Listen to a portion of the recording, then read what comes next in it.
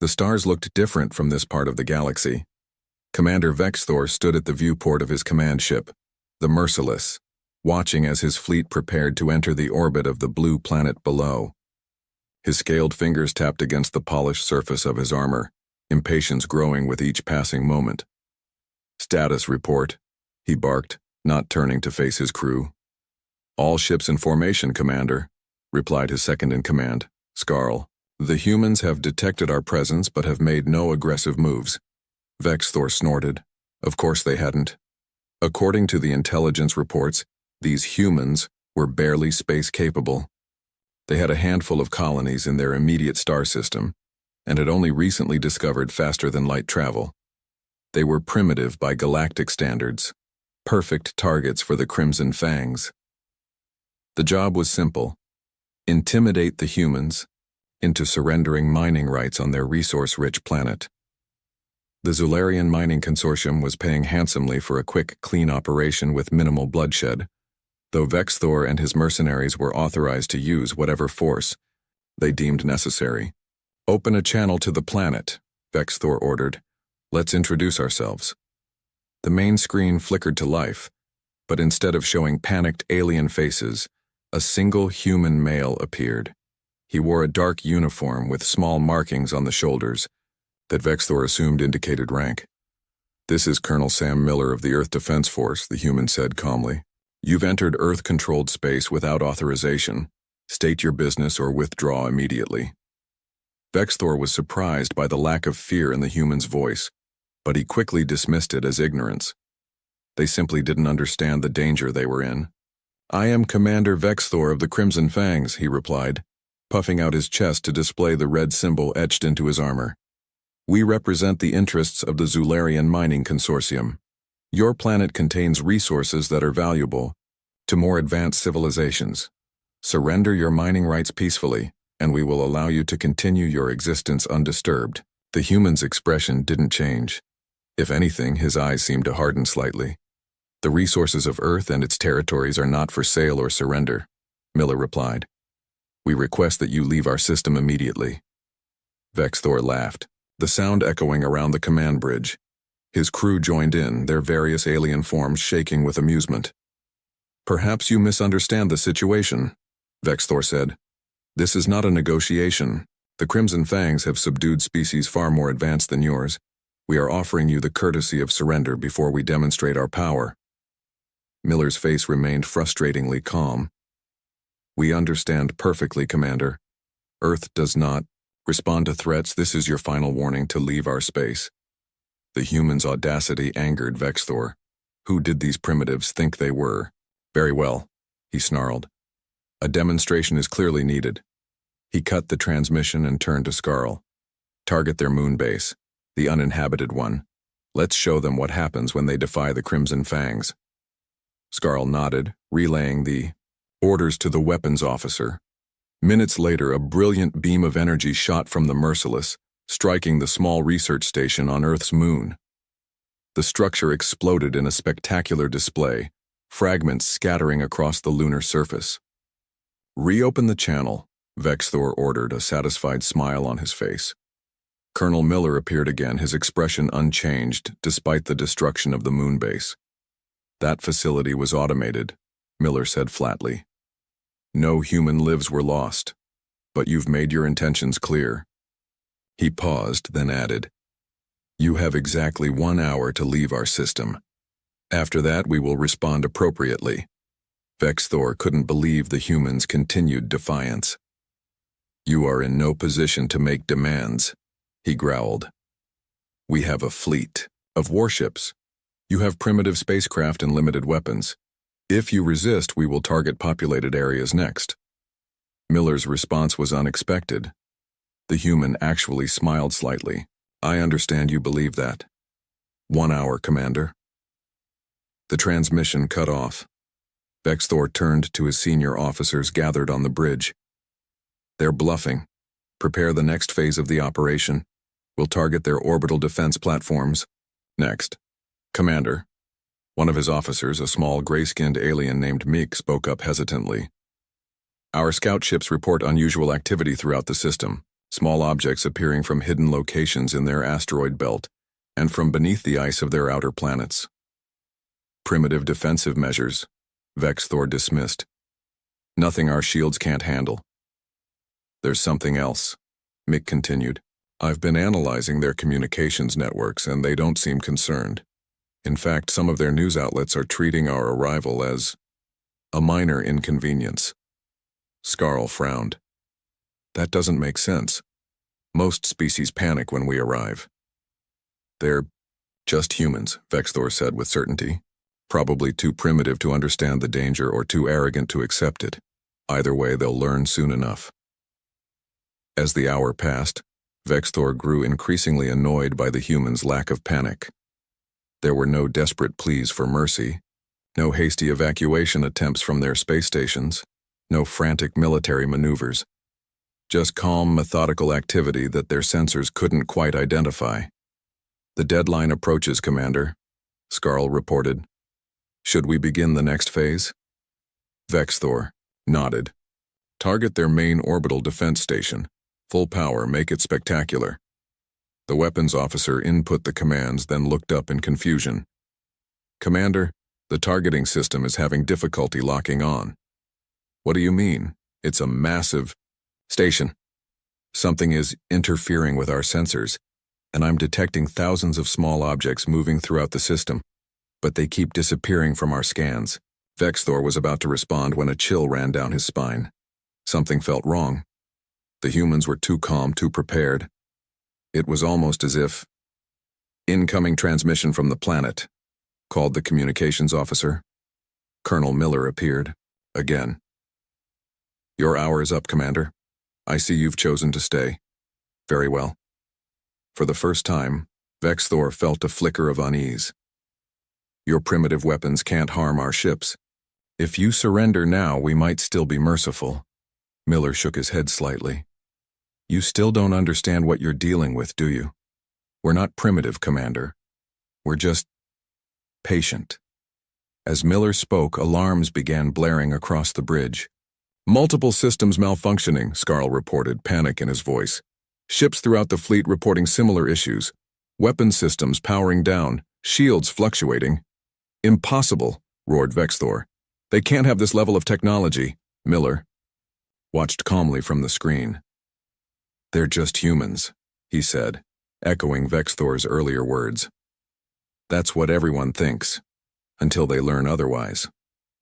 The screen went dark as thousands of small objects suddenly appeared on their sensors, surrounding the mercenary fleet. In that moment, Vexthor realized his terrible mistake. The intelligence had been wrong. These weren't primitive beings at all, they were humans. And the Crimson Fangs were about to find out exactly what that meant.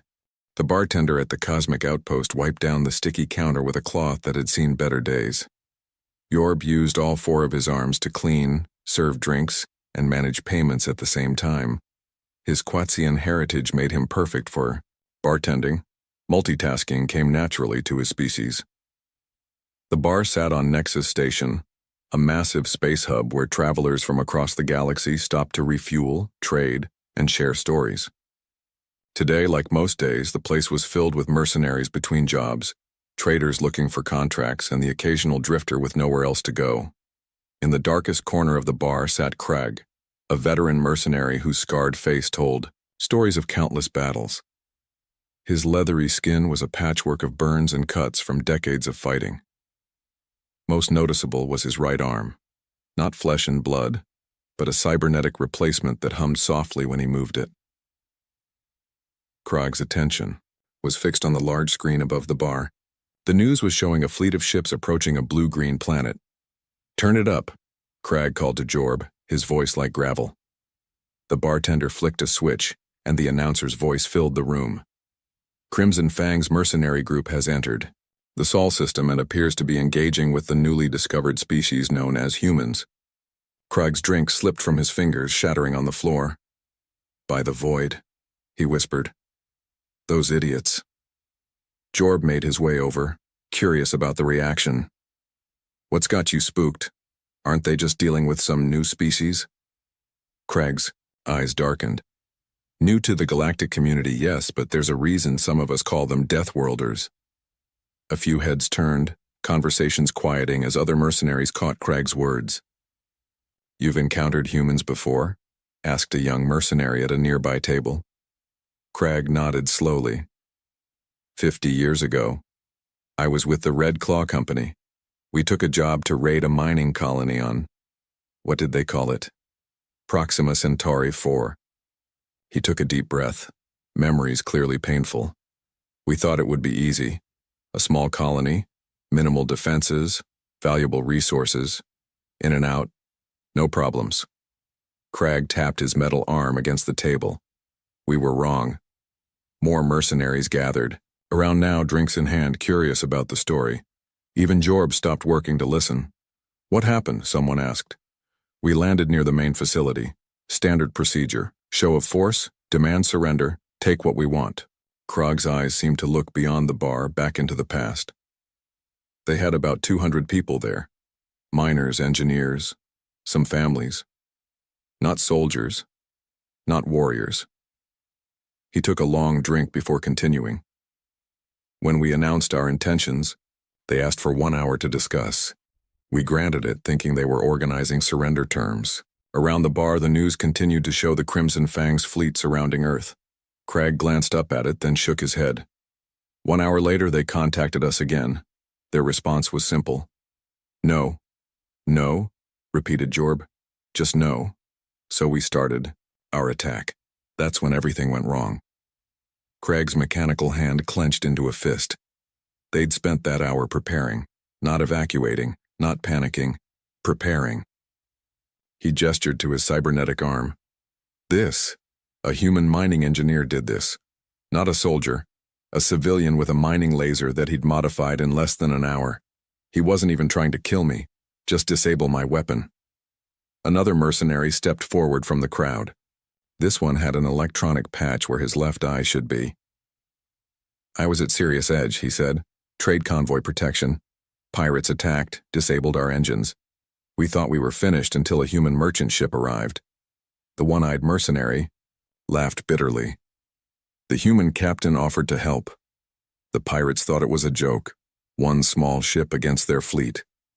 2 hours later, half the pirate ships were dead in space and the rest were running.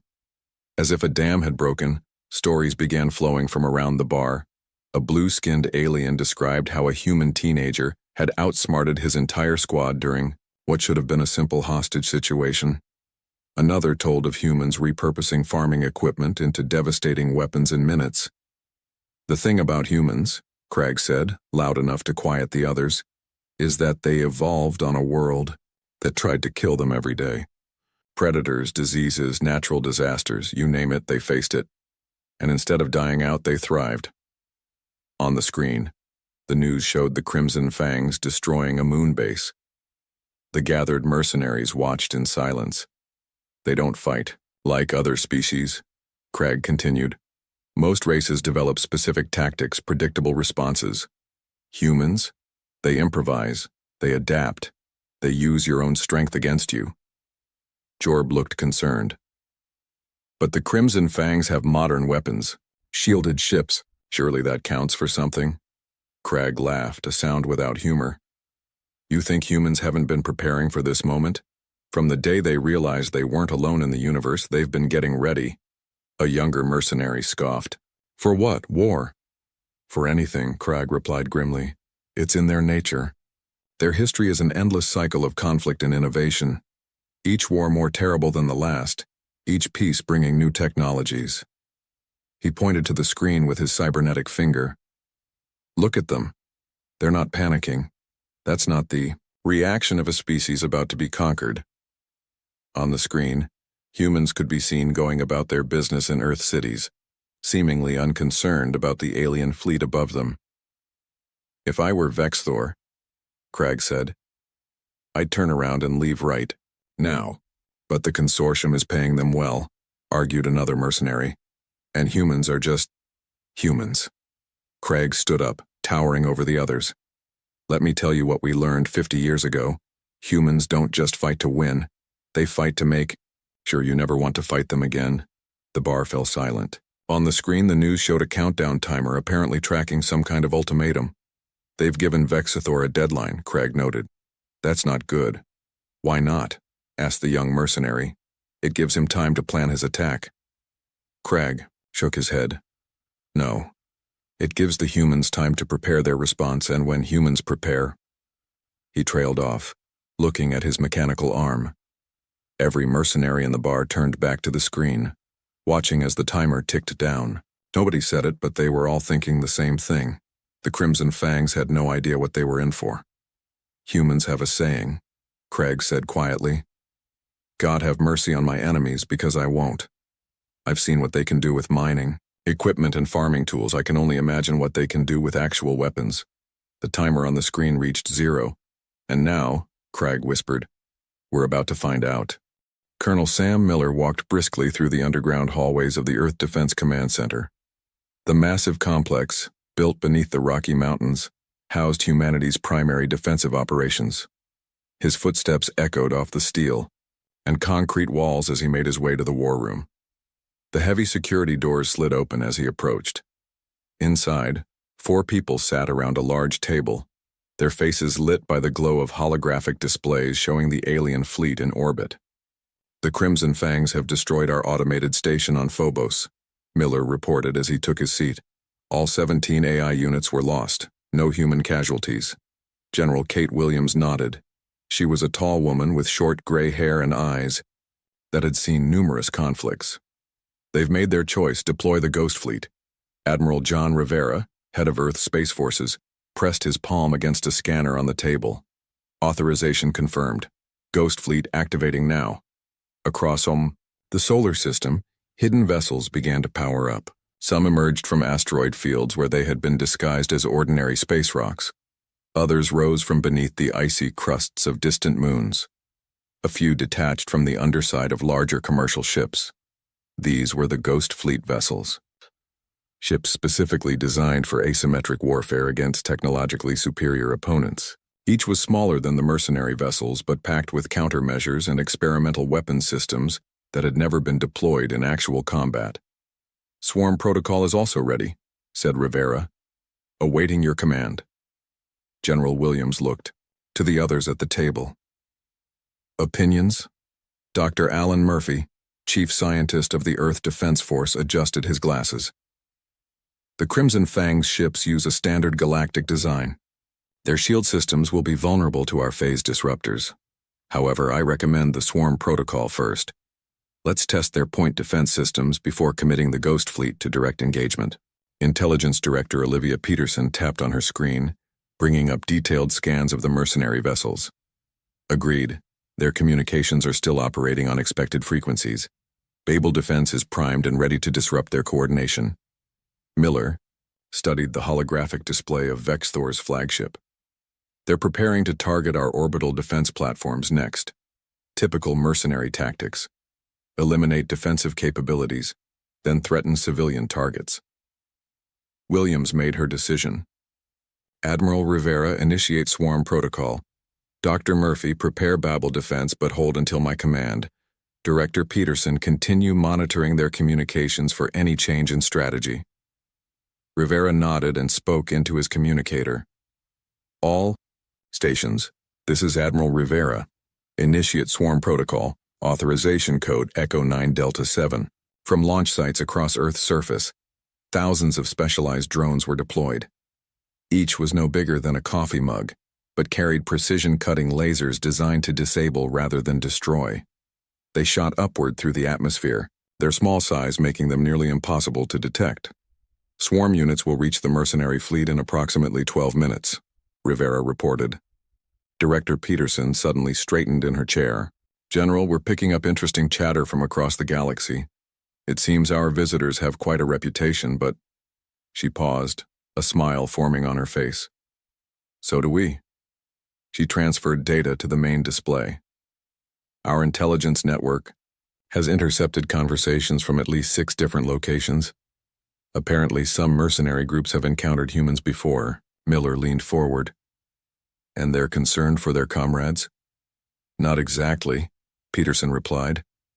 They're placing bets on how long the Crimson Fangs will last against us. A rare smile crossed General Williams's face. Perhaps we should put on a good show, then. The room's atmosphere shifted slightly. None of them took pleasure in violence, but there was satisfaction in knowing humanity's reputation served as a deterrent. Swarm units approaching mercenary fleet, reported Admiral Rivera.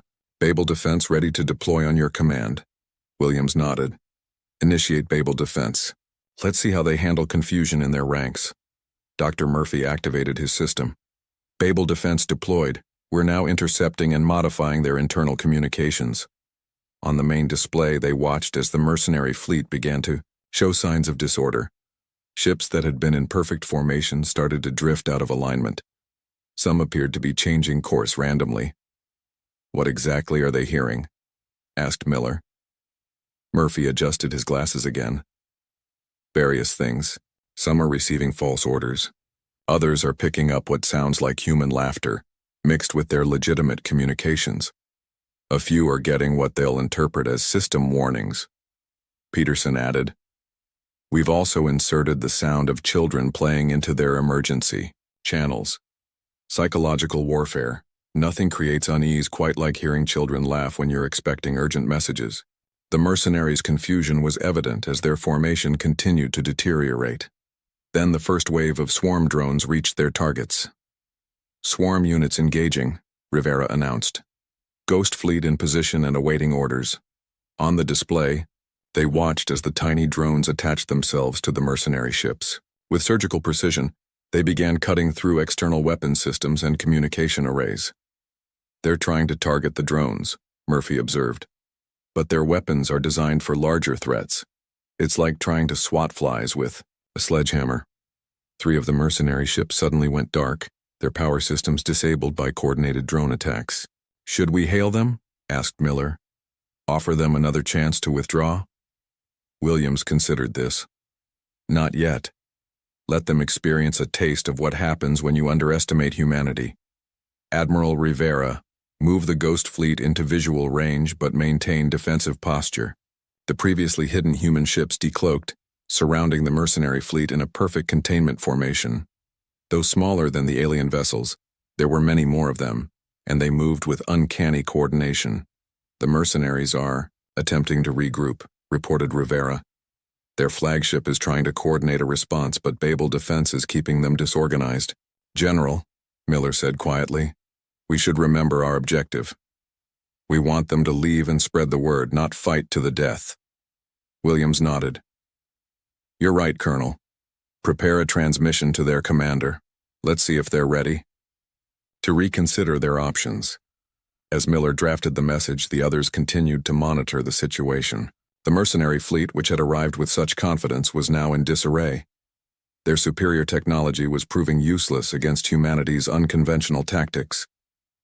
Message ready, Miller announced. Send it, ordered Williams. Miller opened the channel to Vex Thor's flagship. This is your only warning, he stated calmly. Surrender now, or we will be forced to demonstrate what happens when you mistake human restraint for weakness. To emphasize the point, Williams gave a subtle nod to Rivera, who relayed an order to one of the Ghost Fleet vessels. It fired a single shot, a precision strike that disabled the main engine of Vex Thor's flagship without causing a catastrophic failure. The human leaders watched the display, waiting for the mercenaries' response. The next few moments would determine whether this would end with surrender or with a demonstration of humanity's full capabilities. On the display, Vex Thor's ship hung motionless in space, surrounded by human vessels and swarmed by drones, its main engine dark and silent. Commander Vex Thor gripped the edge of the command console as his flagship shuddered. Red warning lights flashed across the bridge, and the main view screen flickered between static and images of the human ship surrounding them. Status report, he roared, struggling to maintain his composure in front of his crew.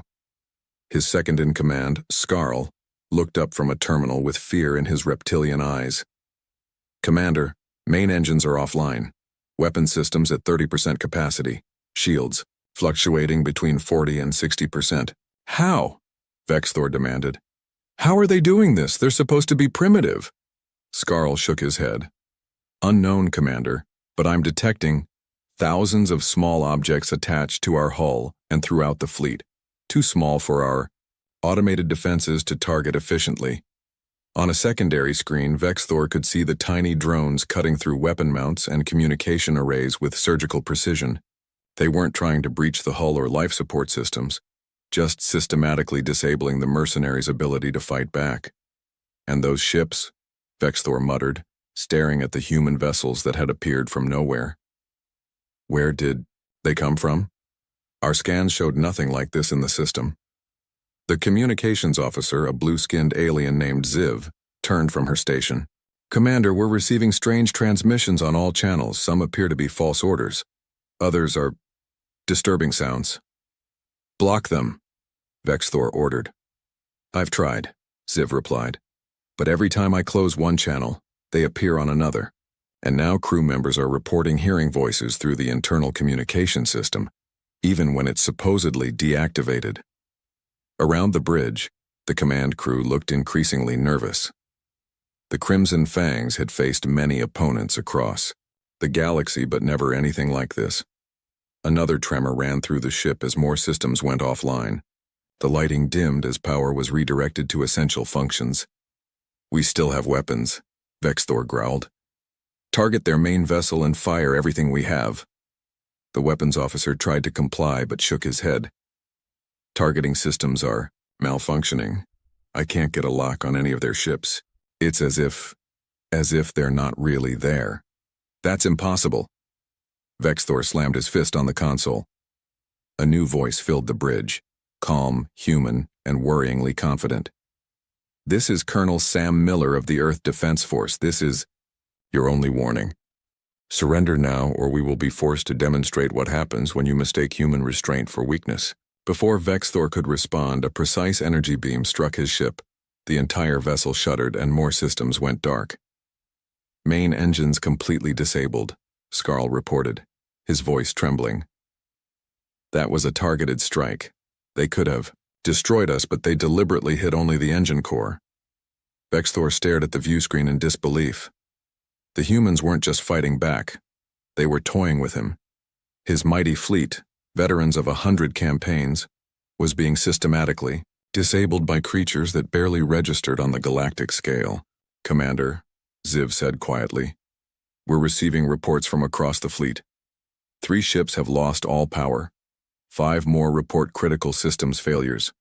The rest are experiencing similar issues to us. Weapons disabled, engines compromised.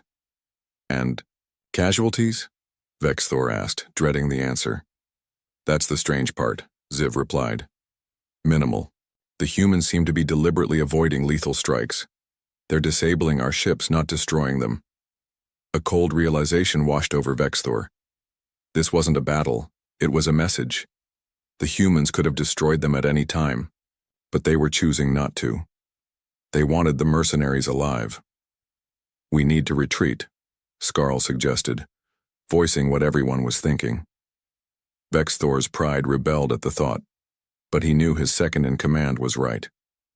They were outmatched in ways he couldn't even understand. Prepare emergency power for a jump to, he began, but Skarl cut him off. FTL drives are offline on all ships, the reptilian officer reported grimly. We can't escape. The human's voice returned to their communication system. Commander Vexthor, your ships are disabled. Your weapons are ineffective. You have 2 options. Surrender and leave our system once repairs are permitted, or continue this pointless resistance and face the consequences. For the first time in his long career, Vexthor felt true fear, not just of defeat, but of something worse. Humiliation. The humans weren't going to kill him. They were going to let him live with the knowledge that he had completely misjudged them. Commander, Ziv said, breaking into his thoughts. I'm picking up transmissions from across the galaxy. News of our situation is spreading rapidly. Of course it was. The mighty Crimson Fangs, defeated not in glorious battle but systematically disabled like troublesome children. Their reputation would be destroyed. Commander Vexithor, Miller's voice came again. We are waiting for your response. Vexithor looked around the bridge at his crew. They were all watching him, waiting for his decision. Pride demanded resistance, but logic and survival demanded surrender. Open a channel, he finally ordered. Ziv complied, and Vexthor straightened his posture as much as possible. This is Commander Vexthor. We accept your terms of surrender. The words tasted like poison in his mouth, but he forced them out. Miller's face appeared on the view screen, calm and professional. Wise choice, Commander. Power down all remaining weapon systems. Our repair teams will approach your vessels shortly. They will restore minimal function to your life support and basic operations. Once they confirm all weapon systems are permanently disabled, you will be permitted to leave our system. And if we refuse these repair teams? Vexthor asked, attempting to maintain some dignity. Miller's expression didn't change. Then you'll remain exactly where you are until you reconsider. The choice is yours. As the transmission ended, Vexthor sank into his command chair. Around him, his once proud bridge crew looked defeated and confused. How did this happen? Skarl asked quietly. Our intelligence said they were barely space-capable. Our intelligence was wrong, Vexthor replied bitterly. They led us believe they were primitive. They wanted us to underestimate them. Through the view screen, he watched as small human shuttles approached his disabled fleet. The repair teams Miller had mentioned. No doubt. What do we do now, Commander? Ziv asked.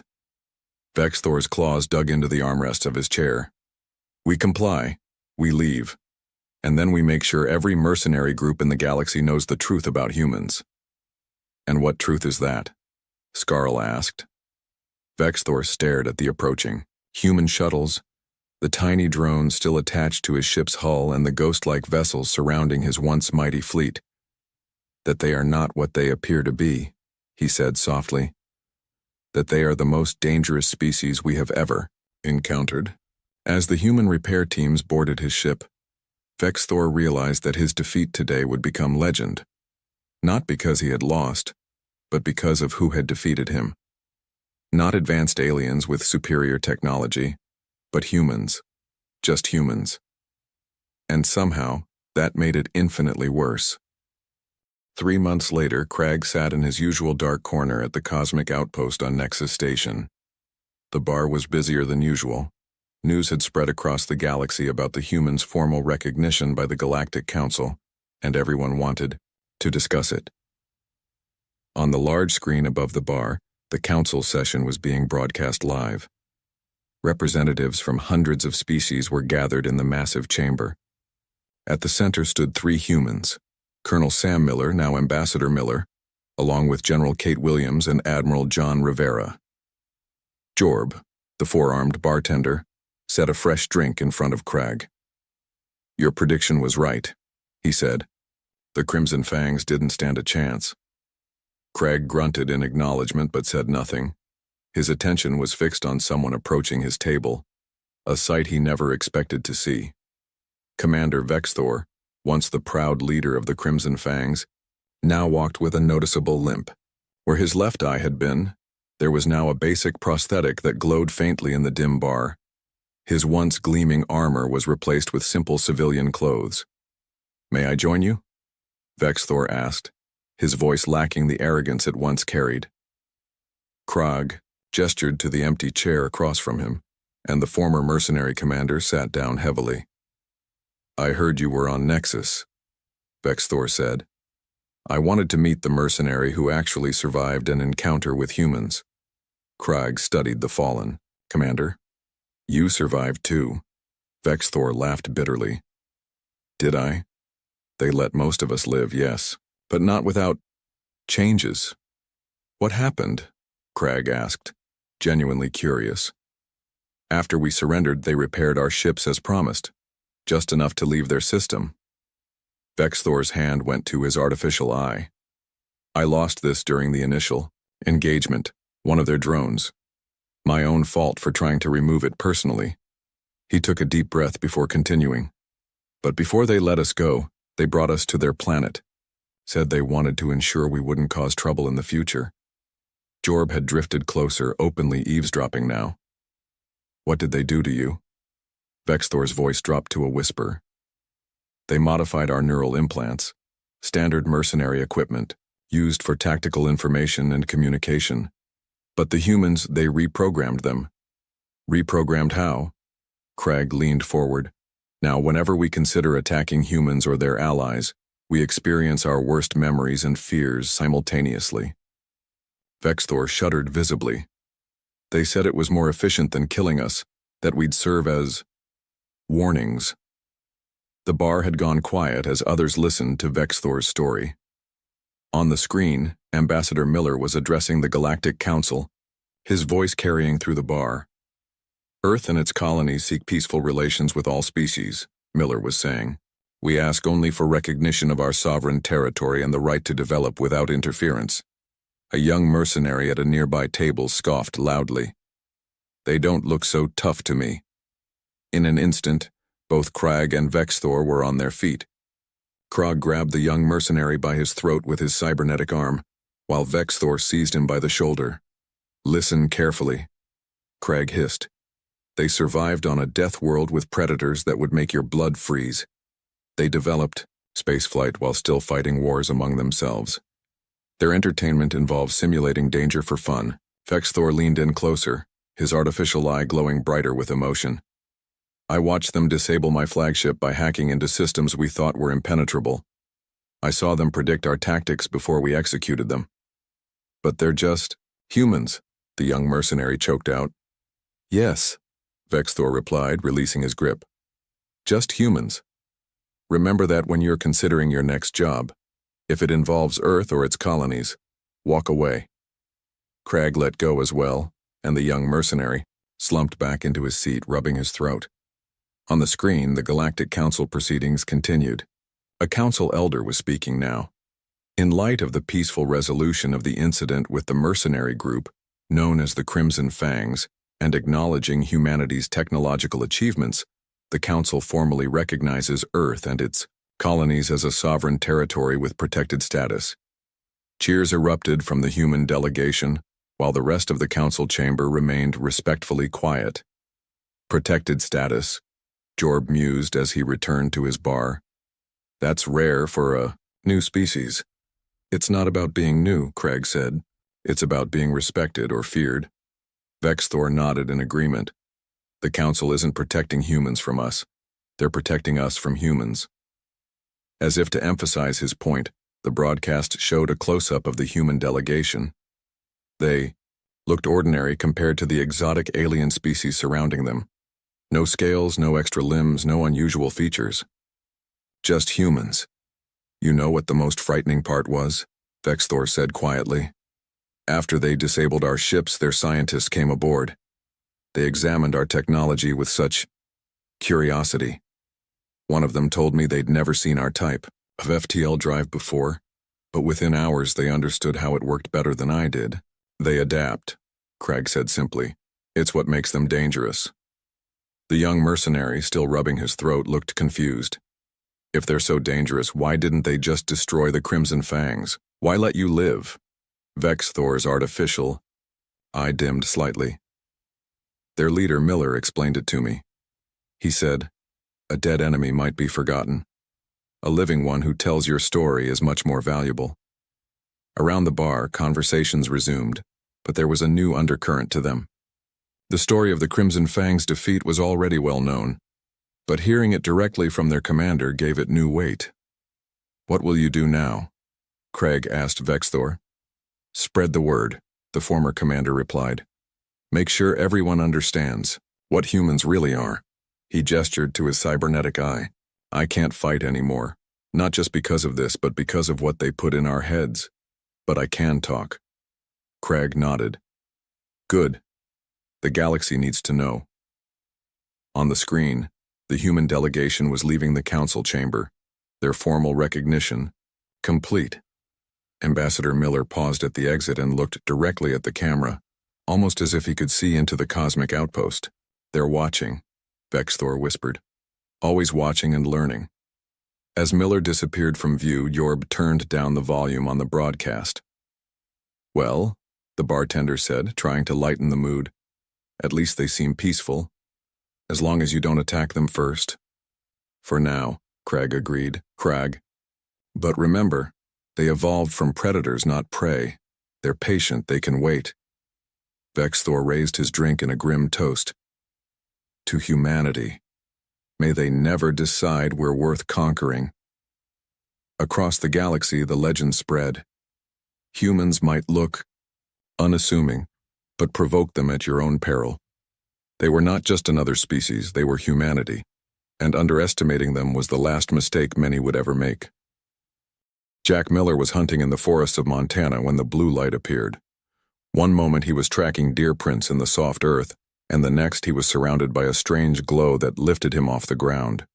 His rifle fell from his hands as his body froze in place. He couldn't move, couldn't scream, couldn't do anything but watch as the trees below him grew smaller and the sky opened up to reveal the stars.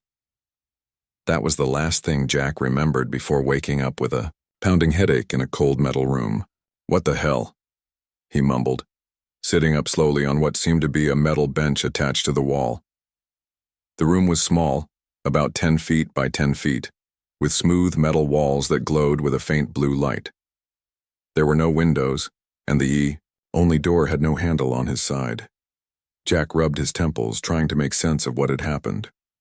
He was a former Army Ranger with 5 years of experience in survival training, and another 8 years as a zoologist studying predator behavior in the wild. Nothing in his training had prepared him for this. He checked himself over. He still wore his hunting clothes, sturdy boots, cargo pants, and a flannel shirt, but his hunting knife and the small emergency kit he kept in his pocket were gone. Whoever had taken him had been thorough. A soft hiss made Jack look up. A section of the wall slid open, revealing what could only be described as an alien. The creature stood about 7 feet tall, with pale blue skin that seemed to shimmer in the light. It had 4 arms, a narrow head with large black eyes, and no visible mouth. It wore what looked like armor made of a material Jack couldn't identify. "Human specimen," the alien said, though Jack heard the words in his head rather than with his ears. "You are now property of the Craxian Research Collective. You will participate in our studies. Resistance is not advised." Jack stood up slowly, keeping his eyes on the alien. "Where am I? Why am I here?" The alien tilted its head. "You are aboard the research vessel Quarteth. You are here to help us determine the apex predator of the galaxy." Before Jack could ask more questions, 2 more aliens appeared behind the first one. They carried what looked like weapons, long, thin rods that glowed with the same blue light as the walls. "Follow," the first alien commanded. Jack considered his options. He could try to fight, but he was outnumbered and unarmed. Better to play along and look for an opportunity to escape later. He nodded and stepped forward. The aliens led him through a series of corridors, each one filled with more strange sights. They passed rooms with transparent walls containing creatures Jack had never seen before. Some looked almost like Earth animals, while others were completely alien. Many of the creatures paced in their cells, while others lay still, watching, with intelligent eyes. Finally, they arrived at a large room filled with screens and control panels. In the center was a circular platform surrounded by what looked like medical equipment. "Stand there," the alien ordered, pointing to the platform. Jack hesitated, then stepped onto it. Immediately, a field of blue light surrounded him, lifting him slightly off the ground. "Scanning human specimen," a voice announced. Jack felt a tingling sensation across his skin. As the scan continued, Jack observed his surroundings carefully. There were at least a dozen Craxians in the room, all focused on their tasks. On the largest screen, he could see what looked like a profile of himself with text in an alien language scrolling beside it. "Scan complete," the voice announced. "Human species. Classification: omnivore with predator tendencies. Physical attributes: below average compared to Class 3 predator species. Intelligence: higher than average. Threat level: minimal." The blue field disappeared, and Jack's feet touched the platform again. The first Craxian approached him. Interesting. Your species has managed to become the dominant life form on your planet despite your physical limitations. However, you will not fare well in our experiments. What experiments? Jack asked, keeping his voice steady. The alien gestured to one of the screens, which showed what looked like a mountainous landscape with caves and rocky outcroppings. We collect species from across the galaxy to determine which is the ultimate predator. We place them in controlled environments and observe their survival capabilities. Another screen lit up, showing a massive reptilian creature with leathery wings and armored scales. It looked remarkably like the dragons from Earth mythology, except it was clearly real and alive, breathing what appeared to be fire onto a rock, melting it instantly. The Draconis, the Craxian explained. They are one of our most successful predator species.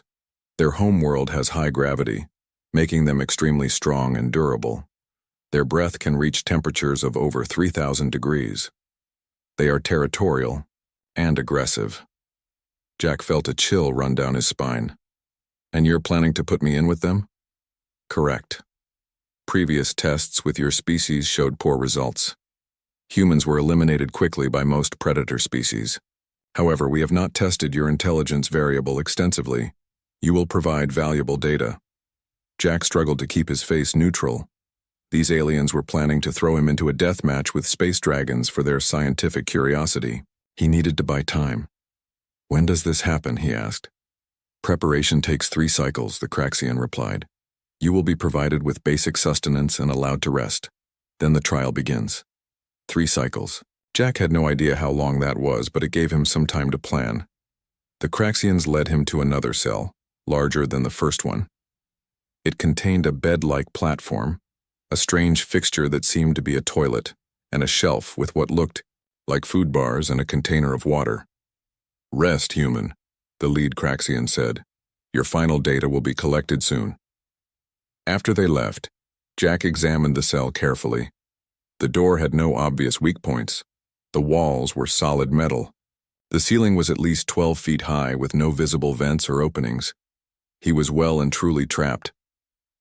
Jack sat on the bed and considered his situation. He was about to be thrown into an arena with dragon-like aliens that could breathe fire and had evolved on a high-gravity world. The Craxians clearly expected him to die quickly, but they had made a critical mistake. They had dismissed humans as weak, focusing only on physical attributes. They didn't understand what really made humans the apex predators of Earth. Not strength or speed, but intelligence, adaptability, and persistence. Jack smiled grimly. If he was going into the dragon pit, he wasn't going in unprepared. He had 3 cycles to observe his captors, learn their routines, and gather whatever information or resources he could. The Craxians thought they were studying him, but he would study them right back, and when the time came, he would show them exactly why humans had dominated Earth despite their physical limitations. The real test was about to begin, and Jack had no intention of being just another failed experiment. 3 cycles turned out to be roughly 3 Earth days. During that time, Jack studied everything he could about his captors. The Craxians were creatures of habit, bringing food at the same intervals and conducting scans at regular times. Jack noticed they never touched anything with their bare hands, always using tools or wearing protective gloves. Germaphobes, Jack muttered to himself. Interesting weakness. On the 3rd day, the door to his cell slid open. 6 Craxians stood outside, all wearing their armor and carrying the glowing rod weapons. It is time for your trial, human, the leader said in that strange telepathic voice. You will be transported to the testing environment. Jack was led to a large chamber where they made him strip and shower in a strange mist that tingled against his skin. Afterward, they provided him with a simple outfit, a gray jumpsuit made of a tough material, and boots that fit surprisingly well. These will protect you from environmental conditions, a Craxian explained. Not from the Draconis.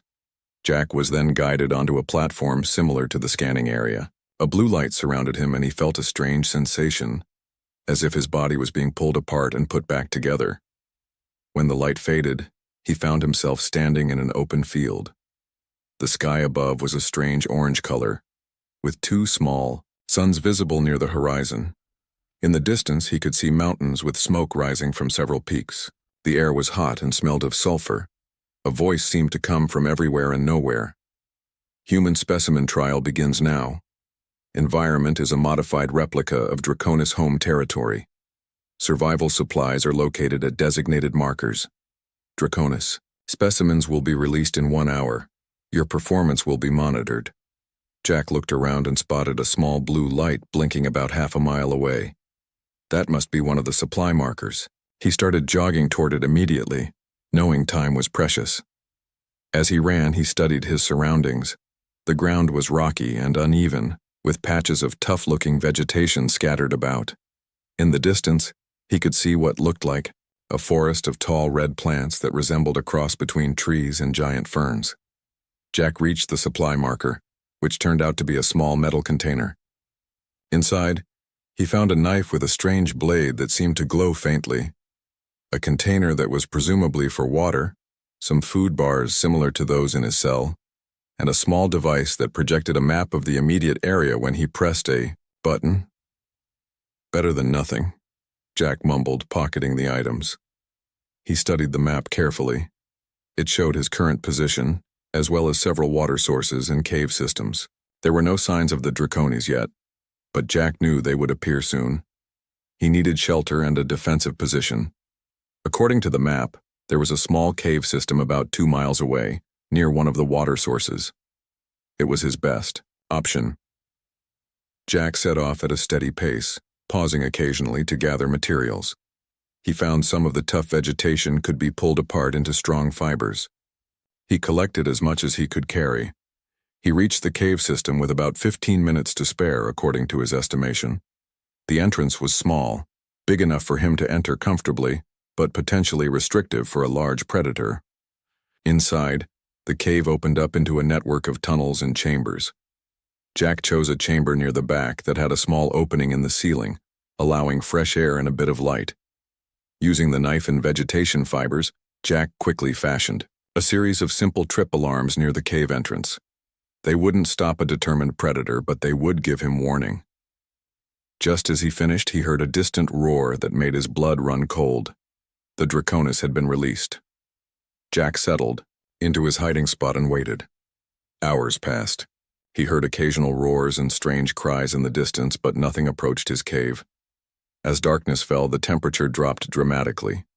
Jack was grateful for the jumpsuit, which seemed to regulate his body temperature. He allowed himself a few hours of light sleep, waking frequently to check his surroundings. Dawn came with a distant rumble. Jack cautiously made his way to the cave entrance and peered out. In the early morning light, he saw his first Draconis.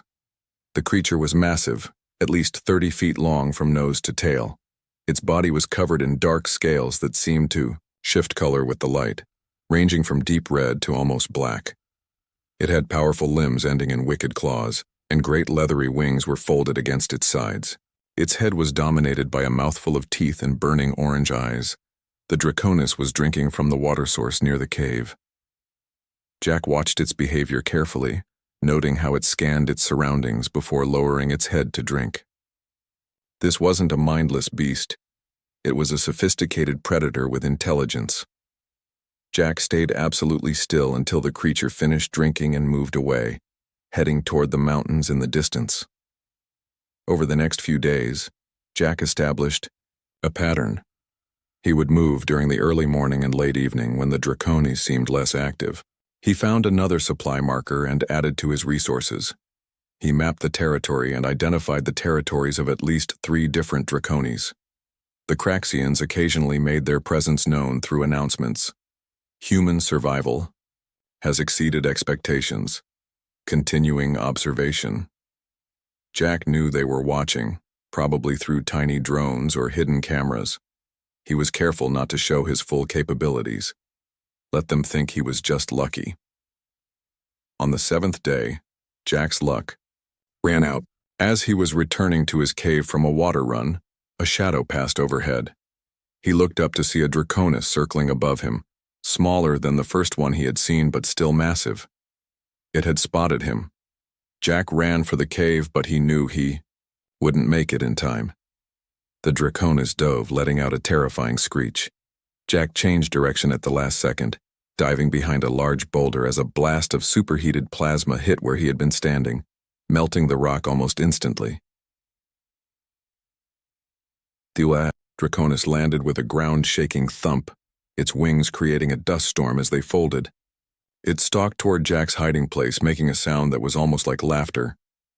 Jack gripped his knife and prepared for the fight of his life. The Craxians had thrown him in with dragons, expecting him to die. But he wasn't dead yet, and if there was one thing humans were good at, it was surprising those who underestimated them. As the Draconis rounded the boulder, Jack faced his first real test of survival. The Draconis towered over Jack, its orange eyes fixed on him.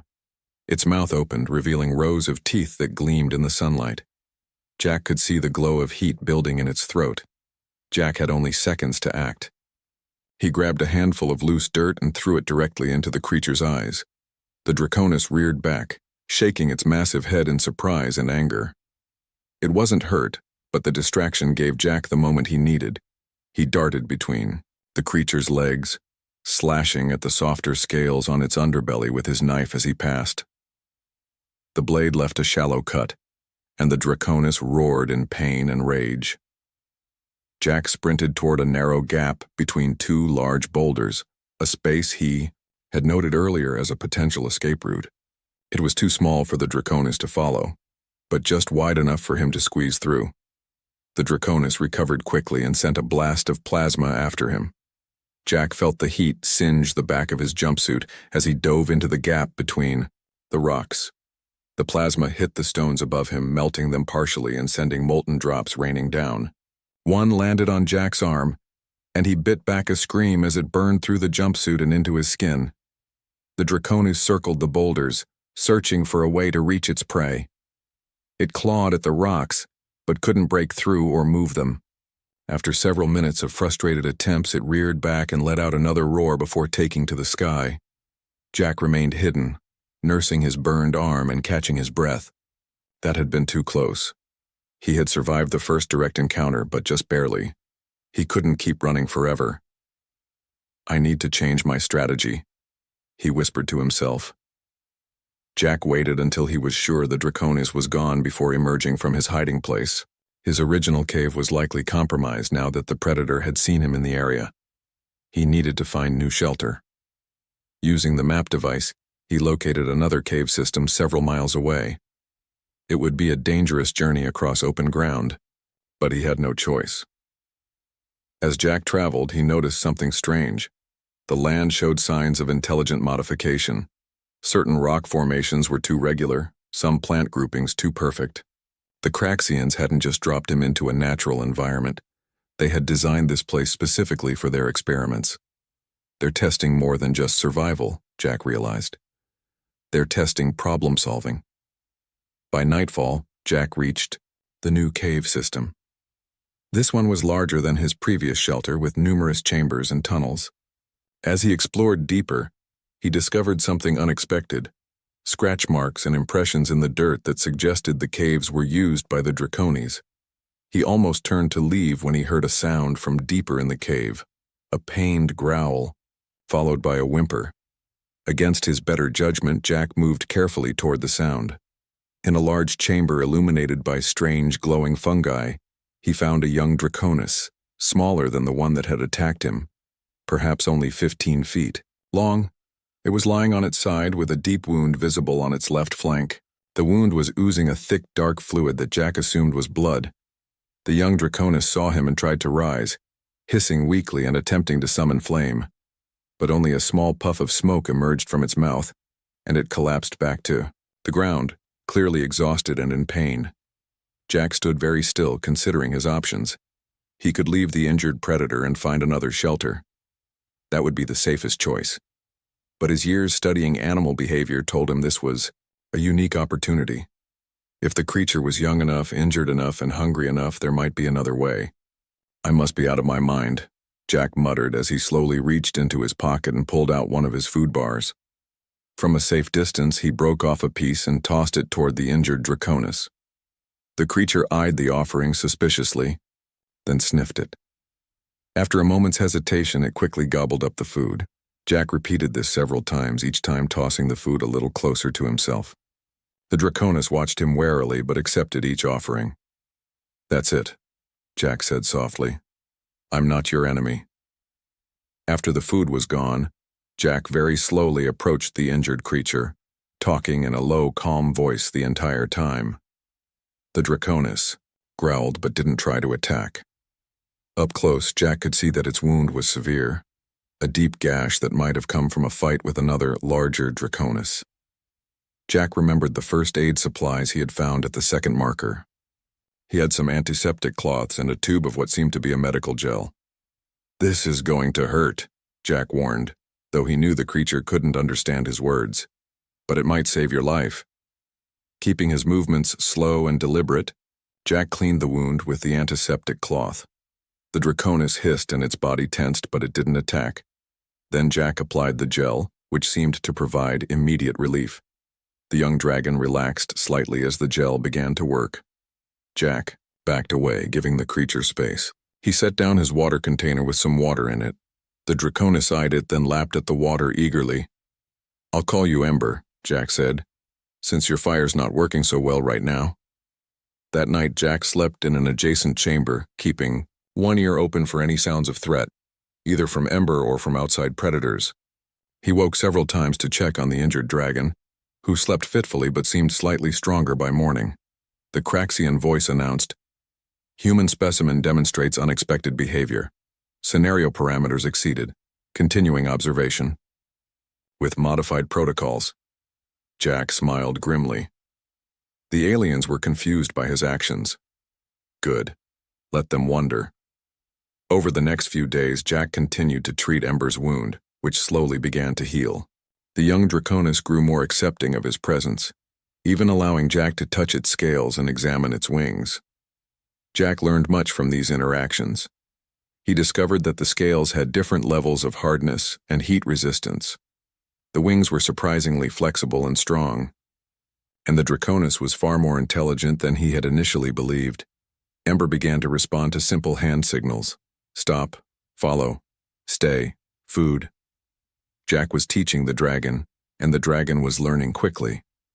On the 10th day, as Jack returned from gathering food, he found Ember standing at the cave entrance, fully alert. The young dragon made a warning sound Jack had never heard before. Jack froze, then slowly moved to Ember's side. In the distance, he could see what had alarmed the dragon. A group of 3 adult Draconis were flying in formation, heading directly toward the cave. "We've got company," Jack said quietly. "And I don't think they're coming for a friendly visit." Jack's mind raced as he watched the 3 adult Draconis approaching. They were larger than Ember, with wingspans that cast huge shadows on the ground below. One was nearly twice Ember's size, with dark red scales that gleamed in the sunlight. "They're coming for you," Jack said to Ember. "Probably your family group or maybe rivals who injured you in the first place." Ember made a low rumbling sound in response, shifting nervously from foot to foot. The young dragon was stronger but still not fully healed. It couldn't fight off 3 adults, and neither could Jack. "We need to hide," Jack decided. He motioned for Ember to follow him deeper into the cave system. They moved through twisting tunnels, going deeper than Jack had explored before. The passages grew narrower and the ceiling lower. Jack had to duck in some places while Ember barely squeezed through. Behind them, they heard the thunderous landing of the adult Draconis outside the cave entrance, followed by roars that echoed through the tunnels. They were searching for Ember. Jack and Ember reached a small chamber with a tiny opening in the ceiling that let in a beam of light. The space was too small for an adult Draconis to enter, but comfortable enough for Ember and Jack. "We'll wait them out," Jack whispered, patting Ember's neck reassuringly. They could hear the adult Draconis moving through the cave system, their claws scraping against stone, their wings brushing the walls. Occasionally, one would release a blast of plasma, illuminating the tunnels with brief, intense heat and light. Hours passed. Jack dozed fitfully while Ember remained alert, head raised toward the tunnel entrance. Finally, as night fell, the sounds of the searching Draconis faded. Jack carefully made his way back through the tunnels to check if they had left. He found the cave entrance empty, though deep claw marks scarred the surrounding rocks. The adults had given up their search, at least for now. When Jack returned to their hiding spot, he found Ember attempting to produce fire again. This time, a small jet of flame emerged from the dragon's mouth, weak but definitely real. "You're getting stronger," Jack said with a smile. "Soon you'll be back to full strength." That night, as they settled in their chamber, a new announcement came from the Craxians. "Attention human specimen. Protocol adjustment initiated. New variable will be introduced tomorrow. Prepare accordingly." Jack frowned. "That doesn't sound good." Morning brought the answer. Jack woke to find a strange metal object had been placed at the cave entrance during the night. It was a cylinder about 3 feet tall with glowing blue markings. As he approached it cautiously, the top slid open, revealing supplies. More food, medical materials, and a new item, a small communication device. Jack picked up the device. It immediately activated, projecting a small hologram of a Craxian. "Human specimen," the Craxian's voice echoed in his mind. "Your survival has exceeded all projections. The Council wishes to understand more. You will be joined by another human specimen to test cooperation variables." Jack's heart raced. Another human? After weeks alone with only Ember for company, the thought of seeing another person was both exciting and concerning. "The new specimen will arrive at the marker location in 1 cycle," the Craxian continued. "Your interaction will be observed." The communication ended, and the hologram disappeared. Jack gathered the supplies and returned to Ember, who was now able to move around the cave more easily. The dragon watched curiously as Jack laid out the new materials. "We're getting a visitor," Jack told Ember. "Another human. I need to teach you not to eat them." Jack spent the day preparing. He created a series of hand signals to help control Ember if the dragon became aggressive toward the newcomer. He also gathered extra food and water. The next morning, Jack left Ember in the cave with strict instructions to stay hidden. He made his way to the marker location, a small clearing about a mile from the cave. There he waited, scanning the orange sky for any sign of the Craxian's transportation beam. After an hour of waiting, the familiar blue light appeared. It expanded into a glowing sphere that pulsed briefly before depositing a human figure and vanishing. The newcomer was a woman with short brown hair, wearing the same type of gray jumpsuit as Jack. She looked around wildly before spotting him. "Are you real?" she asked, her voice hoarse. "Or is this another Craxian trick?" "I'm real," Jack assured her, approaching slowly with his hands visible. "My name is Jack Miller. I've been here for about 2 weeks." "Lisa Clark," she replied, still looking wary. "Geologist and linguist. I was studying rock formations in Arizona when they took me. Been on their ship for days. They kept scanning my brain while showing me pictures of strange creatures." Jack nodded. "They're experimenting on us, testing how humans survive against something they call the Draconis."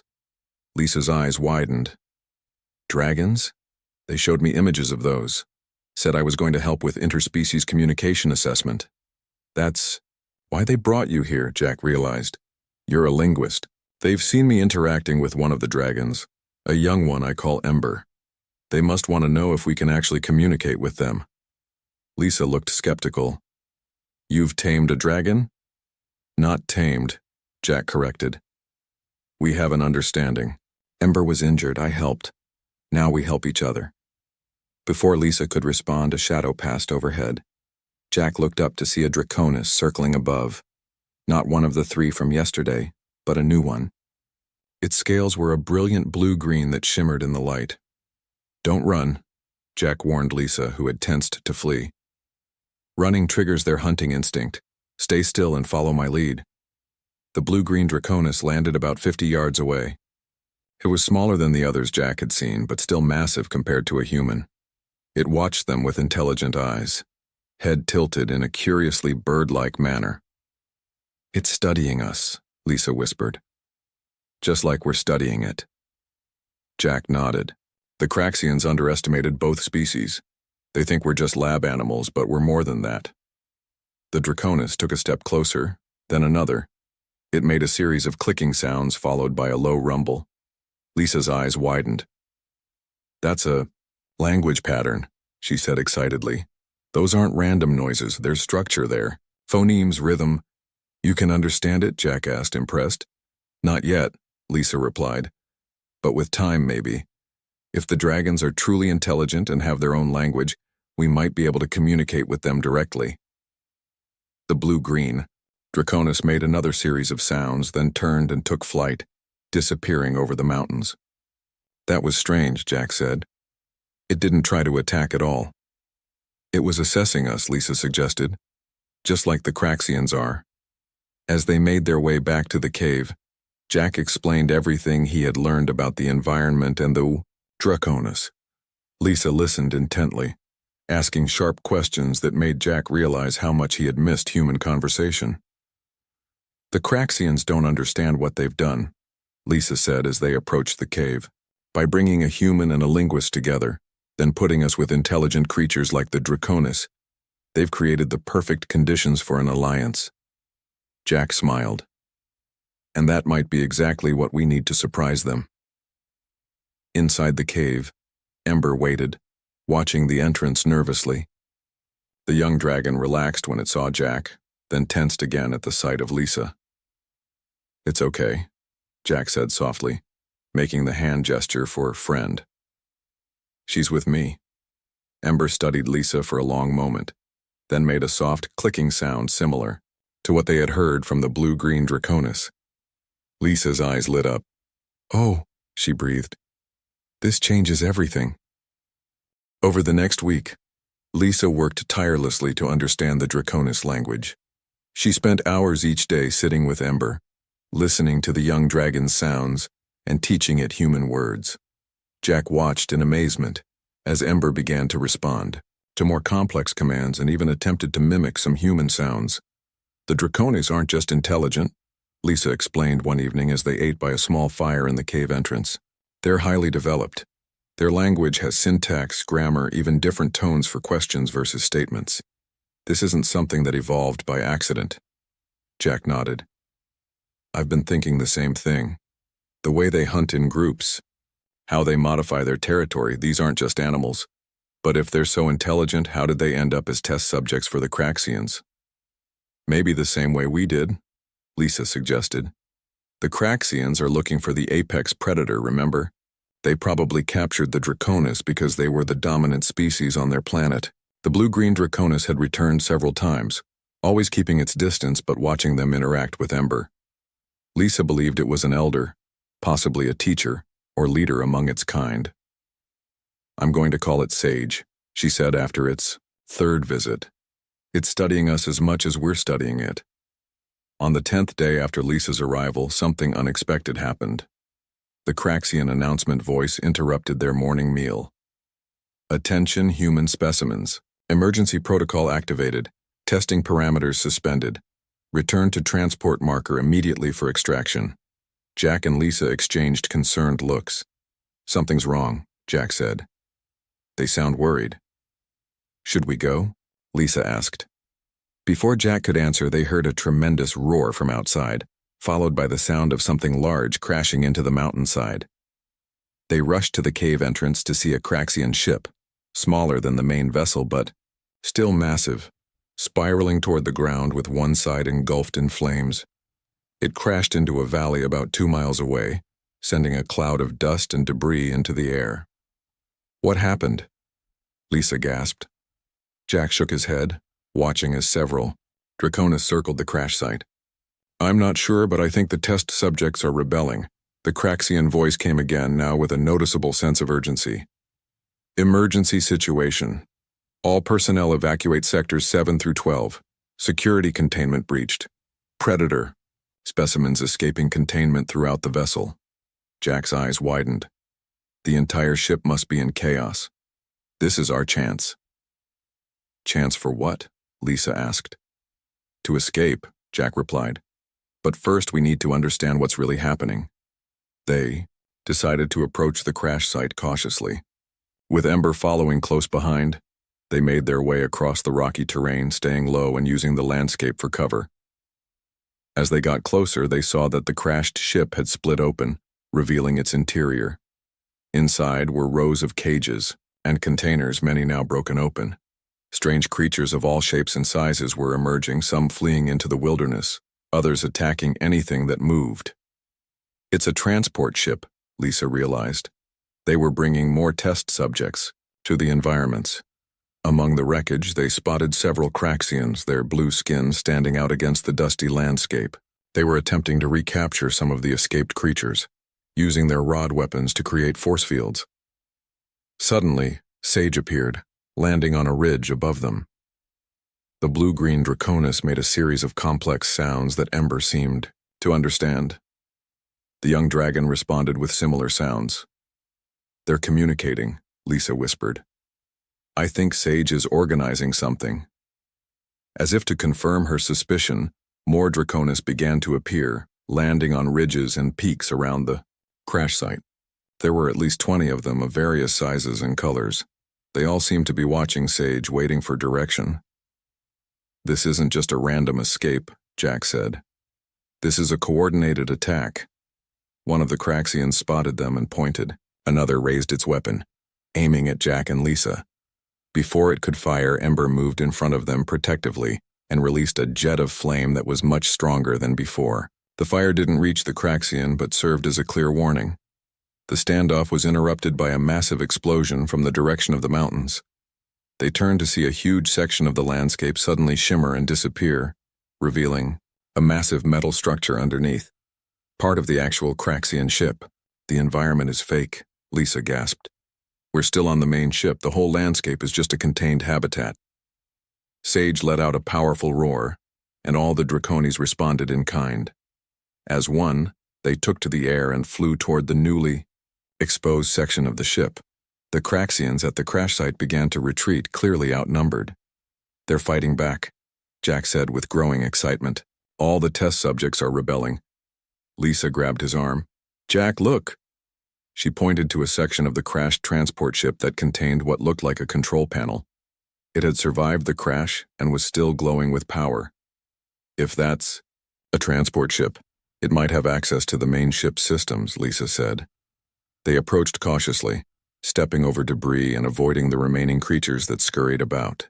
Jack kept Ember close, using the dragon's intimidating presence to ward off any threats. The control panel was alien technology, but Lisa quickly figured out the basics. "It's a navigation system," she said. "And look, these are schematics of the main ship." Jack studied the glowing diagrams. "There," he pointed to a large chamber near what appeared to be the center of the ship. "That must be where they control everything." "And here," Lisa added, indicating a section full of small compartments. "These look like escape pods." A new announcement blared, this time in what sounded like the Draconis language. A series of roars and clicks. Ember responded immediately, becoming agitated and looking toward the breached section of the habitat. "I think the Draconis are coordinating their attack," Jack said. "We need to help them." Lisa nodded. "We need to get to the control center. If we can access their main systems, we might be able to free all the test subjects and find a way home." They found a small transport vehicle in the wreckage. It was damaged but still operational.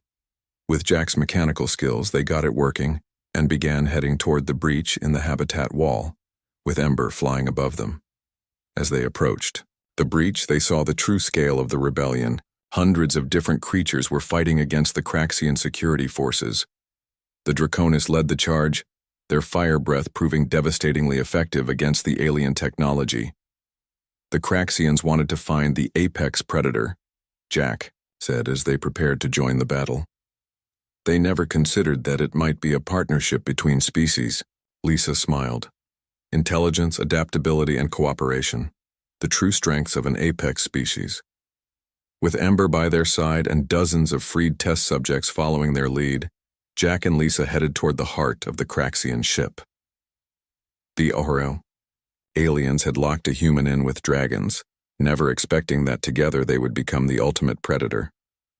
The real test was just beginning.